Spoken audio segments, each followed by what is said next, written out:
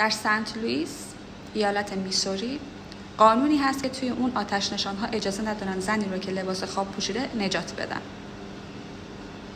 قانونگذارش که خیلی آشنا بود، اگه لباست ناجوره پس حق زندگی نداری.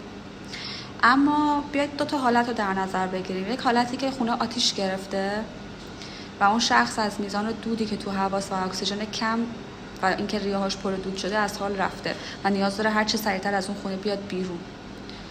2 اینکه سوخته باشه، اصلا سوختگی داشته باشه، یعنی هم خونه آتیش گرفته باشه و یه سوختگی جدی نصیب این خانم شده باشه. آدم که هیچ وقت برای حادثه آماده نیست، حادثه اسمش روشه. خب اومدیم و لباس خواب تنش بود، یعنی اون آتش نشانی که نجاتش بده قرار توبیخ بشه. نمیدونم، به نظرم خیلی عجیب اومد. گفتم با شما هم در